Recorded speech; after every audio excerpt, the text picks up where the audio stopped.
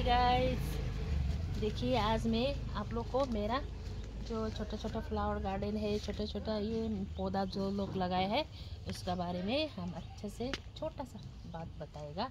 और ये है जाजी कोल, यहाँ पे हम लोग जाजी कोल बोलता है इसको, बनाना। और ये लगाने वाला 2 साल हो गया। उसके बाद में यहाँ पे मैंने बहुत तामुल भी डाला था, लेकिन तामुल मुझे सूट नहीं किया है। क्यों बोलने से ये तामुल है और इसको बोलते हैं एवोकाडो। ये बहुत दाम है ये पौधा का। इसका आपका यहाँ में बहुत प्राइस है। अभी जो ईटानगर मार्केट में है 900-800 किलो बिकता है इसका एवोकाडो का। तो मैंने एवोकाडो लगाया है, ये हो गया 3 इयर्स। इसको मिनिमम आपका ये जो इसका ये एवोकाडो बहुत सारा वेराइटीज़ का होता है, लेकिन मैंने बहुत अच्छा वाला वेराइटीज़ का है करके लगाया है। ये 3 इयर्स हो गया, लेकिन इसको गुट्टी लगने के लिए 5 इयर्स मिनिमम लगता है बोला। उसके अभी तक तो नहीं लगा है। और इसके बाद में ये तो पूरा ही एक सॉफ्ट एवोकाडो है। और मैंने इसको गोल नींबू, इसको लेमन है ये गोल वाला, और ये भी मैंने लगाया वाला 2 इयर्स हो गया, लेकिन ये बहुत अच्छा है ये, क्योंकि इतना जल्दी इसका फल निकला है। ये है अमरूद, ये अमरूद है, लेकिन इसको गुआवा है ना, इंग्लिश में गुआवा बोलता है।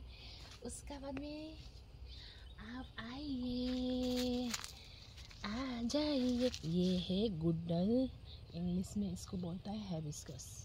और ये है आपका सुंदर कलर, डबल पे, इसका सिंगल पैटर्न भी होता है, लेकिन ये डबल पैटर्न वाला है। उसके बाद में ये है मेरा गैरेज। उसके बाद में यहाँ पे ये है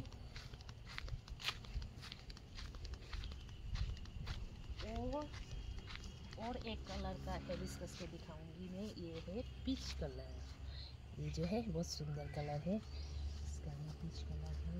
और ये इसमें छोटा सा प्यारा सा नन्ही सी ये हैबिस्कस है, ये भी टोटली प्लेन रेड, एकदम रेड है, ये अलग कलर है।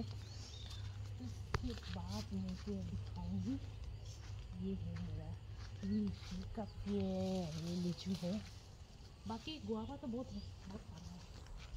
हैदराबाद में ये एक बड़ा सा पेड़ है, उसको अभी आप आइए।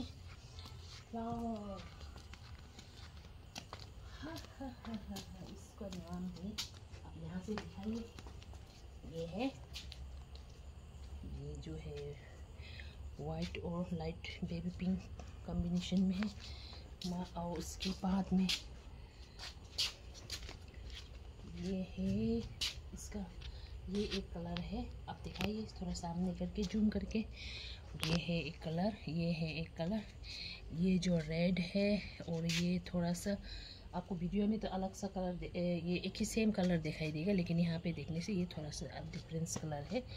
और यही है। उसके बाद में ये जो क्यों हमको पसंद है बोलने से, ये सारा ये यही है, ये एक कलर है, आप जूम करके दिखाइए। ये है एक अलग, ये एक अलग पिंक है, पर्पल है ये। और सारा इसको क्यों लगाया बोलने से, इसका एक खासियत है कि ये जो 12 मंथ पूरा फूल खिला रहता है। 12 मंथ ये गिरता रहेगा, खिलता रहेगा, और पोट का भी खाली नहीं होता है। इसलिए सब पोट में मैंने इसको अरेंज किया इसको ना। और उसके बाद तो बहुत गर्म भी है, अभी धूप है बाहर में, बहुत गर्म है। जो वेलकम माय सिटिंग रूम, लेकिन ज़्यादा एक्टिंग नहीं है। ইমান সময় যেহেতু আন্টিয়ে দেখুৱাই আছিলে আপোনালোকক, আন্টি গৰমত থাকিব নোৱাৰি ভিতৰলৈ গ'লগৈ, গতিকে এতিয়া আন্টিয়ে নেদেখুৱা গছ কেইজোপা মই আপোনালোকক দেখুৱাই আছোঁ। আৰু এয়া হৈছে চৌপাৰী, মই ফুৰিবলৈ যাওঁতে তামোল পাইছিলোঁ, আনি কিনে কাটি থৈছোঁ। মই এইখিনি লৈ যাব লাগিব ঘৰলৈ গ'লে। আৰু এইবিলাক বহুত 9 বাজি ফুলবিলাক আছে, এইবিলাক 9 o'clock। এতিয়া কিন্তু ফুলা নাই, যিহেতু আবেলি হৈ গ'ল। ৰাতিপুৱা খুব ধুনীয়া ফুলিছিলে, কিন্তু মই সেই সময়ত দেখুওৱা নহ'লগৈ। আৰু বাকী যিখিনি আণ্টিৰ ফুলনিত ফুল আছে মই আপোনালোকক অকণমান দেখুৱাই দিছোঁ। আপোনালোকে ভিডিঅ'টো চাব আৰু নিশ্চয় আণ্টিৰ গাৰ্ডেনখন ভাল পাব। আৰু এয়া চাওক, এইটো পুৰা এই খাতনাক সৰু সৰু জলকীয়াটো, এইটো ফিলঙি জ্বলা বুলি কওঁ আমি এইটো জ্বলাক। আপোনালোকেনো কি কয় জনাবচোন। এইটো জলকীয়াও বহুত হৈছে আণ্টিৰ। আৰু এইফালে আনাৰসো হৈছে, আনাৰসৰ গছো হৈছে বহুতবিলাক। আৰু এইটো হৈছে পেছন ফ্ৰুটৰ এইটো গছ, পেছন ফ্ৰুটছৰ গছ এইবিলাক। আৰু কলৰ গছ যথেষ্টখিনি হৈছেই। আৰু ইফালে এজোপা কঁঠাল হৈছে আণ্টিহঁতৰ।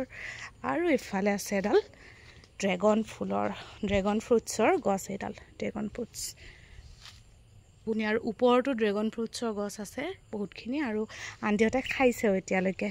আৰু পিছফালটো মই দেখুৱাই আছোঁ। মই পিছফালে আহি পালোঁ। আৰু পিছফালেও কলৰ গছ আৰু কঁঠালৰ গছ এজোপা হৈছে, অমিতা হৈছে। আৰু মই আপোনালোকক জনাই দিওঁ, এই আটাইবিলাক গছ আণ্টিয়ে কিন্তু নিজে ৰুইছে। আণ্টিহঁতৰ ঘৰখন প্ৰায় এতিয়ালৈকে 5 বছৰ হ'ল। 5 বছৰৰ ভিতৰত আণ্টি ইমানখিনি ৰুইছে। গতিকে চাওকচোন, এইডাল হৈছে মহানিমৰ গছ।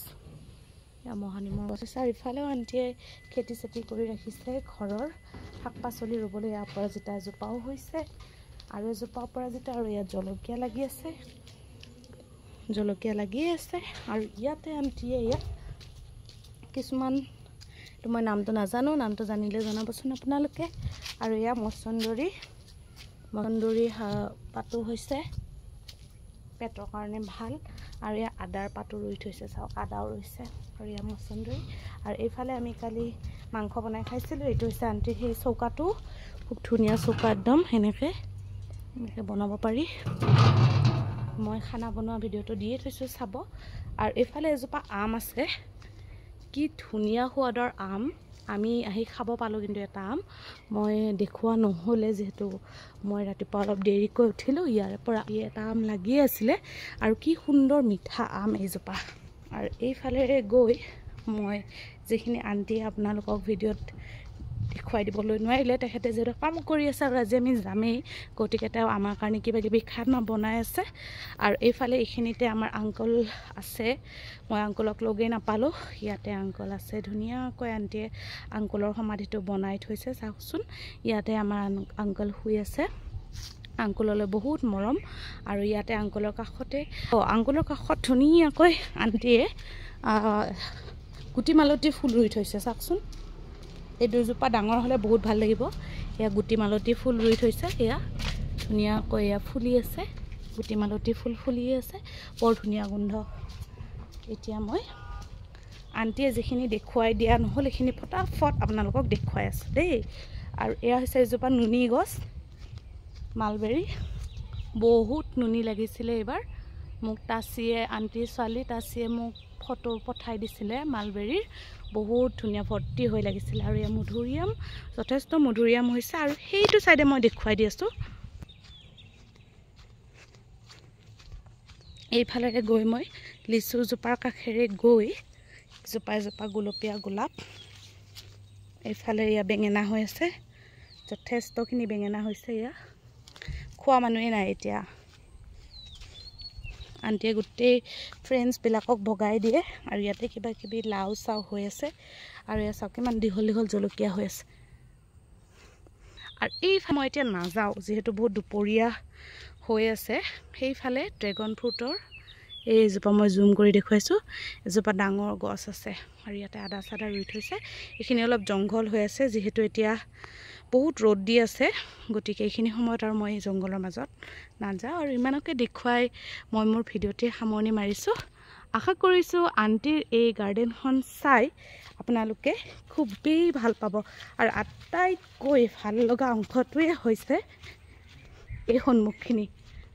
চাওকচোন, কি ধুনীয়াকৈ ইটাৰ ডিজাইন দি থৈছে আণ্টিয়ে। আৰু ইয়াতে 9 বাজি ফুলবিলাক লগাইছে। আৰু এডাল হিবিস্কাছ, ইমান ধুনীয়া ৰংটো নহয়নে?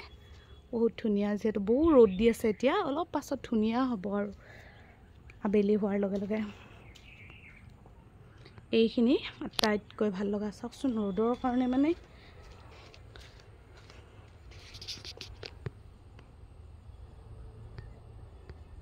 ৰ'ব অতি মাত্ৰা ৰ'দ দি আছে সেইকাৰণে একদম ৰ'দৰ কাৰণে মানে ফুলবিলাক একদম জ্বলি গৈছে আৰু ফুলবিলাক যেতিয়া জ্বলি যায় নহয় আণ্টিৰ বহুত দুখ লাগে আৰু আণ্টিয়ে অলপ পাছতে পানী দিব কিন্তু মই ইমানকে দেখুৱাই ভিডিঅ'তে সামৰণি মাৰিছোঁ আশা কৰিছোঁ আপোনালোকে আণ্টিৰ ফুলনিখন চাই ভাল পালে কমেণ্টত জনাব বাই